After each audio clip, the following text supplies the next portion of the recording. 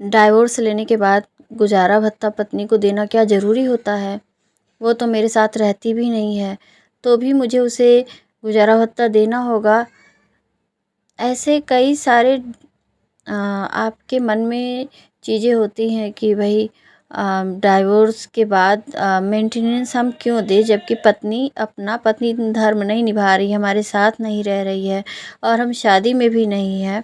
तो आज इस वीडियो में आपके सारे डाउट्स क्लियर होंगे, तो इस वीडियो में बने रहिएगा हमारे साथ। आपके हर क्वेश्चंस का आंसर आपको इस वीडियो में मिलने वाला है।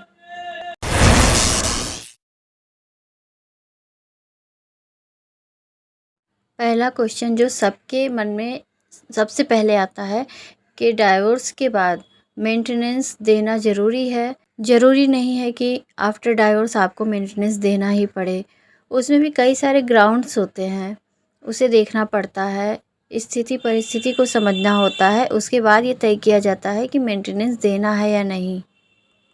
अब बात यह आती है कि मेंटेनेंस क्यों देना है, तो पत्नी का गुजारा भत्ता देना इसलिए ज़रूरी होता है क्योंकि पत्नी पूरी तरह पति के कमाई पर आश्रित होती है, उसका अपना कोई अर्निंग स्रोत नहीं होता है, तो इसलिए पति को उसे गुजारा भत्ता देना होता है। अब सवाल यह उठता है कि पत्नी जब साथ में ही नहीं है तो क्या उसे गुजारा भत्ता देना ज़रूरी है? पत्नी साथ में होती है तो उसका गुजारा भत्ता देना होता है, लेकिन अगर वो साथ में नहीं है तो कुछ कंडीशंस होती हैं, उसको देखते हुए ये तय किया जाता है कि आपको गुजारा भत्ता देना है या नहीं। Hindu adoption and maintenance act 1956 under section 23 sub section second C court यह देखती है कि यदि दोनों अलग रह रहे हैं, पत्नी पति से अलग रह रही है, तो क्या ऐसे में उसे मेंटेनेंस अलाउ करना जस्टिफाई होगा या नहीं। इस चीज़ को देखते हुए मेंटेनेंस तय किया जाता है। कोर्ट यह देखती है कि पत्नी अपना खर्च खुद उठा सकती है या नहीं, वह पढ़ी लिखी है, सर्विस कर रही है, तो उसे मेंटेनेंस नहीं दिया जाएगा। तो अगर आपकी बीवी आपसे अलग रह रही है, वह पढ़ी लिखी है, सर्विस कर रही है, अच्छा कमा रही है, अपना खर्च वहन कर सकती है, इसके बावजूद अगर मेंटेनेंस की मांग करती है, तो आप इस सेक्शन के आधार पर एक पिटीशन कोर्ट में फ़ाइल कर सकते हैं और मेंटेनेंस देने से बच सकते हैं। अक्सर ऐसे केसों में ये भी देखा गया है कि पत्नियां अपने मायके जाती हैं और वहां से लौटकर फिर आना नहीं चाहती हैं, फिर पता चलता है कि वह अलग रहना चाहती है, डाइवोर्स की मांग कर रही है और कुछ रीजंस देती हैं और मेंटेनेंस की मांग करती हैं कि भाई आप मुझे खर्चा वर्चा दो और अब मुझे शादी में नहीं रहना है। और कई पत्नियां तो पुलिस केस भी कर देती हैं, एफआईआर कर देती हैं।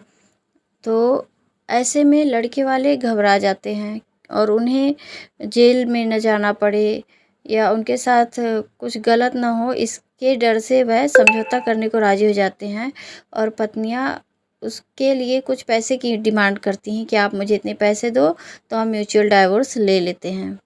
अगर ऐसा होता है तो आपको बिल्कुल भी घबराने की ज़रूरत नहीं है। मेंटेनेंस देना कोई नेसेसरी नहीं है, उसके लिए भी ग्राउंड्स देखे जाते हैं और कोर्ट में दोनों पक्षों को देखा जाता है। एक पक्ष की सुन के कोई डिसीज़न नहीं लिया जाता, कोई जजमेंट नहीं होती है। तो कभी भी इसलिए कि आपको परेशान होना पड़ेगा और आप समझौता करने को राज़ी हो जाते हो और पैसे दे देते हो और पुलिस चौकी में समझौता कर रहे हो, यहाँ वहाँ समझौता कर रहे हो, लिखित समझौता कर रहे हो, ऐसा कुछ करने की ज़रूरत नहीं है। आपको जो भी करना है कोर्ट में करना है, डाइवोर्स की डिक्री बाकायदा लेनी है और मेंटेनेंस आपको देना है नहीं देना है, इसके लिए पिटीशन फाइल करना है। रूल बने हुए हैं, कानून सबके लिए बना हुआ है और अगर आप सही हैं तो आपको मेंटेनेंस नहीं देना पड़ेगा, कोई ज़रूरी नहीं है। Hindu adoption and maintenance act 1956 में under section 18 sub section first के आधार पर पत्नी को ये अधिकार होता है कि वह लाइफ टाइम अपने पति से मेंटेनेंस ले सकती है, लेकिन वहीं पर सब सेक्शन सेकेंड कुछ ग्राउंड्स देता है जिसके आधार पर ही वह उसे मेंटेनेंस मिल सकता है, जिसमें पहला ग्राउंड यह है कि यदि पति बिना किसी वाजिब कारण के, बिना किसी रीज़न के पत्नी को छोड़ देता है या उससे डाइवोर्स लेता है। दूसरा ग्राउंड है यदि वह क्रूएल्टी करता है पत्नी के साथ में, उसके साथ अच्छा व्यवहार नहीं करता है, मिसबिहेव करता है, शारीरिक मानसिक किसी तरह से उसको कष्ट पहुंचाता है, तो यह भी एक आधार होता है। नेक्स्ट ग्राउंड यह है कि अगर पति की कोई अन्य पत्नी जीवित है तो ऐसे में पत्नी को पूरा अधिकार होता है कि वह पति से अपना मेंटेनेंस लाइफ टाइम ले सके। नेक्स्ट ग्राउंड यह है कि जिस घर में पति और पत्नी पहले से रह रहे हो वहाँ पति किसी अन्य पत्नी को लाता है या उस पत्नी के साथ कहीं और जाकर रह रहा है, तो ऐसे में भी पत्नी को पूरा अधिकार होता है कि वह पति से अपना मेंटेनेंस की मांग करे। अगला यह है, पति अगर हिंदू धर्म से परिवर्तन करके किसी और धर्म को अपना लेता है तो ऐसे में भी पत्नी का अधिकार होता है पति से अपना मेंटेनेंस लेने का।